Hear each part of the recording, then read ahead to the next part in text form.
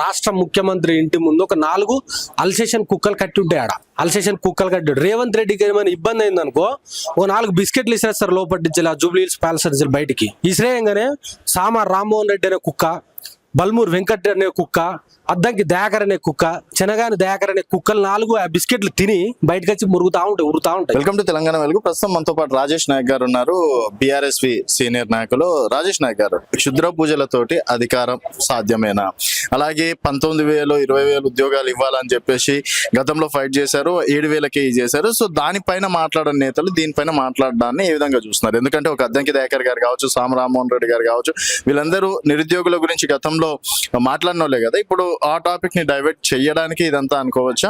ఒకటి మీరు అబ్జర్వ్ చేస్తే తెలంగాణ రాష్ట్రంలో ఏం జరుగుతుంది, రాష్ట్ర ముఖ్యమంత్రి ఇంటి ముందు ఒక 4 అల్సేషన్ కుక్కలు కట్టి ఉంటాయి. ఆడ అల్సేషన్ కుక్కలు కట్టి రేవంత్ రెడ్డికి ఏమైనా ఇబ్బంది అయిందనుకో ఓ 4 బిస్కెట్లు ఇసేస్తారు లోపల నుంచి జూబ్లీ హిల్స్ ప్యాలెస్ నుంచి బయటికి. ఇసిరేయంగానే సామా రామ్మోహన్ రెడ్డి అనే కుక్క, బల్మూర్ వెంకట్ అనే కుక్క, అద్దంకి దయాకర్ అనే కుక్క, చెనగాని దయాకర్ అనే కుక్కలు 4 ఆ బిస్కెట్లు తిని బయటకు వచ్చి ఉరుతా ఉంటాయి. సిగ్గు శరం మానం మర్యాద ఏమైనా ఉండాలి కదా. గాంధీ భవన్ లో కూర్చొని మాట్లాడే ముందు సిగ్గు శరం ఉండాలి కదా. క్షుద్ర పూజలు చేస్తున్నారని మాట్లాడేకి అద్దంకి దయాకర్ ఎవడైతే ఉన్నాడో కొడక, నువ్వు ఇలా మంత్రి స్థాయిలో ఉన్నావు, ఆ ఫోటోలు, ఆ విజువల్స్, ఆ వీడియో బయట పెట్టు, లేకపోతే నిన్ను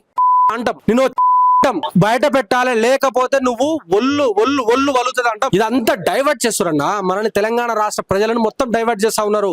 ఇవాళ వాళ్ళు 7,000 ఉద్యోగాలు ఇచ్చి 19,000 ఉద్యోగాలు ఖాళీ ఉంటే 7,000 ఉద్యోగాలు ఇచ్చి నిరుద్యోగులు బయట రోడ్ల మీదకి వచ్చి ధర్నాలు చేస్తారని చెప్పేసి ఇలా ఏదో డైవర్ట్ చేస్తా ఉన్నారు. ఇవాళ ఇదే బల్మూర్ వెంకట్, ఇదే అద్దంకి దయాకర్ అంటే సిగ్గు శరాలు ఉండాలి కదా. ఇవాళ ఆ నిరుద్యోగులు చేపట్టే కదా వీళ్ళకు ఉద్యోగాలు వచ్చినాయి, ఆ నిరుద్యోగుల వల్లే కదా ఇలా ఎమ్మెల్సీలు అయ్యారు వీళ్ళు, ఆ నిరుద్యోగుల వల్లనే కదా ఇలా మంత్రి హోదాకు స్థాయి కల్పించి వాళ్ళకు ఒక రకమైన దుకాణం ఇచ్చారు కదా. మరి వాళ్ళ గురించి మాట్లాడే సోయి ఉండాలి కదా వీళ్ళకు, వాళ్ళ గురించి మాట్లాడేంత నైతికత ఉండాలి కదా. ఏదో బయటకు వచ్చి డైవర్ట్ చేయాలి అనే ఉద్దేశంలో భాగంగా హరీష్ రావు గారిని మళ్ళీ ఇంకెవరో తీసుకొచ్చి ఏదో డైవర్ట్ చేస్తా అంటే మాత్రము ఒళ్ళు దగ్గర పెట్టుకొని మాట, లేకపోతే ఒళ్ళు బలుతుంది అంటాం. తెలంగాణ రాష్ట్రం ఇది. ఆడ కూర్చొని ఏదో నేను క్షుద్ర పూజలు చేస్తారు, ఆ పూజలు చేస్తారు, సిగ్గున్న ఆంధ్రప్రదేశ్లో కూడా వర్షాలు పడతలేదు. ఆడ కూడా హరీష్ రావు క్షుద్ర పూజలు చేసిండా? మహారాష్ట్రలో కూడా వర్షాలు లేవు, తమిళనాడులో వర్షాలు లేవు, కర్ణాటకలో వర్షాలు లేవు, ఆడ కూడా హరీష్ రావు క్షుద్ర పూజలు చేసిండా? నీ కాంగ్రెస్ పార్టీ అధికారంలో ఉన్నటువంటి కర్ణాటకలో కూడా వర్షాలు లేవు, మరి ఆడ కూడా హరీష్ రావు క్షుద్ర పూజలు చేసిండా? మాట్లాడే ముందు మతి తెచ్చుకొని మాట్లాడాలి. ఆ రాహుల్ గాంధీ గారి సిగ్గుండాలి. ఈ నా కొడుకులు ఎవరైతే ఉన్నాడో మొత్తం పిచ్చి మాట్లాడుతున్నారు.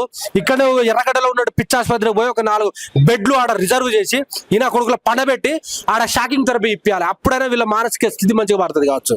ఏం మాట్లాడుతున్నారన్నా? తెలంగాణ రాష్ట్రంలో నువ్వు ఒక ఎమ్మెల్సీవి, నువ్వు ఒక మంత్రి స్థాయిలో ఉన్నటువంటి, నువ్వు ఒక క్యాబినెట్ హోదా ఉన్నది నీకు. ఇలా మాట్లాడే పద్ధతి అదా? నువ్వు పిహెచ్డి చేసిన అంటావు, ఉస్మానియా యూనివర్సిటీ డాక్టరేట్ అంటావు, ఉస్మానియా నేను మేధావిని అంటావు. మేధావి మాట్లాడే మాటలా? నిజాలు చెప్తే లీగల్, శుద్ధ పూజలు చేస్తే వర్షాలు పడకుండా ఉంటాయి అన్న.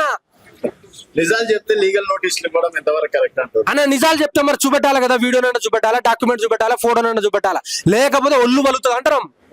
మొగోడే ఇదే దయాకర్ అనేటోడు మొగోడైతే, అద్దంకి దయాకర్ అనేటోడు మొగోడైతే, మనిషికే పుట్టినోడైతే అవి బయట పెట్టాలి, లేకపోతే నిన్ను. ఇప్పుడు నిరుద్యోగుల పైన ఏం మాట్లాడతారు బీఆర్ఎస్వి రాష్ట్ర నాయకుడిగా?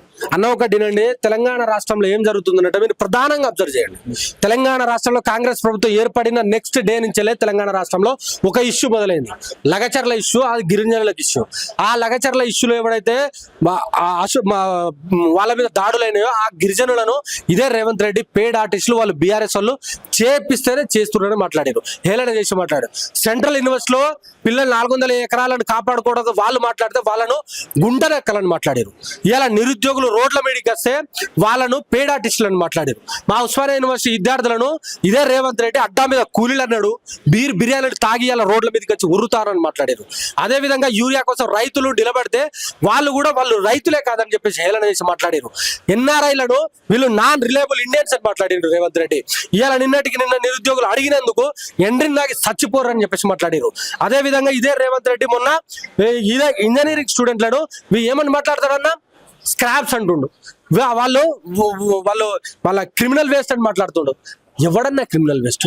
తెలంగాణ రాష్ట్రంలో 4 కోట్ల ప్రజలు కదరా పై నిన్ను ఎన్నుకున్నది. నువ్వు 4 కోట్ల ప్రజలకు ప్రతినిధిగా ఇలా ముఖ్యమంత్రిగా ఉన్నావు కదా, మరి ఏం మాట్లాడుతున్నావు నువ్వు? ఏ వర్గాన్ని ఇచ్చిపెట్టావా? అందరిని హెలర్ చేసి మాట్లాడతారా? అన్న గుర్తుపెట్టుకో, మీ జర్నలిస్టులను కూడా అసెంబ్లీ అడ్డాగా నిలబడి వీళ్ళని బట్టలు కూడా తీసి కొట్టాలని చెప్పేసి మాట్లాడి రేవంత్ రెడ్డి ఎవరు ఇచ్చిపెడతలేడు. ఆయన యొక్క మానసిక స్థితి ఎట్లున్నదో అర్థమైతలేదు. అంటే రేవంత్ రెడ్డిని ఎవరు ప్రశ్నించద్దా, ఎవరు మాట్లాడద్దా, ఎవరు అడగద్దా? ఇవాళ నిరుద్యోగులు అడిగినందుకేమో నిరుద్యోగులను అట్లా అంటావు, రైతులు అడిగినందుకు రైతులను అట్లా అంటావు, జర్నలిస్టులను అట్లా అంటావు, రిటైర్డ్ అయిన ఉద్యోగులను కూడా అట్లా అంటావు. ఎవరిని అంటావు భయ్ నువ్వు? ఎవరిని అంటావు? నిన్నేం ప్రేజ్ చేయాలా? పొద్దున్న లేస్తే నిన్ను మసాజ్ చేయాలా? తస్మాత్ జాగ్రత్త రేవంత్ రెడ్డి, ఇప్పటికైనా నీ యొక్క పరిస్థితి, నీ యొక్క మార్చుకొని, నీ యొక్క స్థితి మార్చుకొని నిరుద్యోగుల కోసం పనిచేస్తామని చెప్పేసి ఆశిస్తున్నాం అన్న.